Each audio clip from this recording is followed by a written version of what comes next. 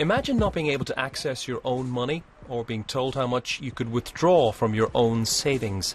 You might lose faith in your central bank or even the currency that you have in your pocket. You might even consider storing your wealth in a new virtual currency called a Bitcoin. Certainly that's what's happening in Europe. In recent weeks, Bitcoin has soared from 500th in the app download charts to 52nd.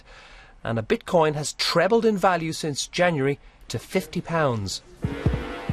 Bitcoins are earned online as a reward for solving fiendishly complex computing tasks. Initially, they were given away to people who helped set up the system. But now individuals can also buy them and store them in a virtual wallet. Unlike a normal currency, though, people bypass banks entirely and instead send bitcoins to each other over the internet. Because bitcoins are stateless, they cannot be taxed, frozen or easily traced. So the advantages for some are clear. First of all, because I'm just sending a string of bits to you, it doesn't go through a bank. It doesn't cost anything. There's no fee. I just send you the bits and now they're yours and not mine. The second thing is the near anonymity, which through the use of appropriate technology you can make anonymous. And the third, I think, is the sort of sense that you're not playing by the man's rules. The key test of any currency is acceptability.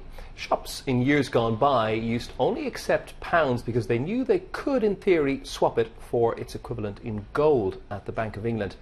Things have moved on quite a bit since then. We now have a virtual currency, Bitcoins, which has no link to either the Bank of England or to gold, but it's starting to ever so slightly make its way to the high street. So, for example, you can order a pizza online, pay for it in Bitcoins and collect in person.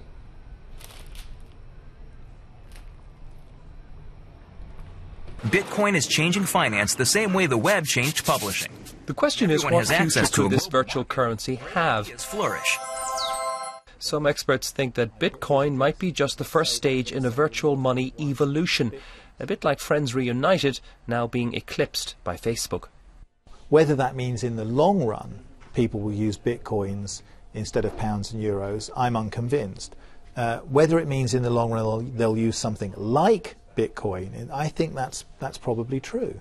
You know, the new economy needs a new kind of money, just as the industrial economy demanded new kinds of money a few hundred years ago. But there's a dark side to Bitcoins. Anonymity means they can be used to buy drugs or weapons, and Bitcoin accounts have also been seriously exposed by hackers. No wonder then that US and European authorities want far more regulation.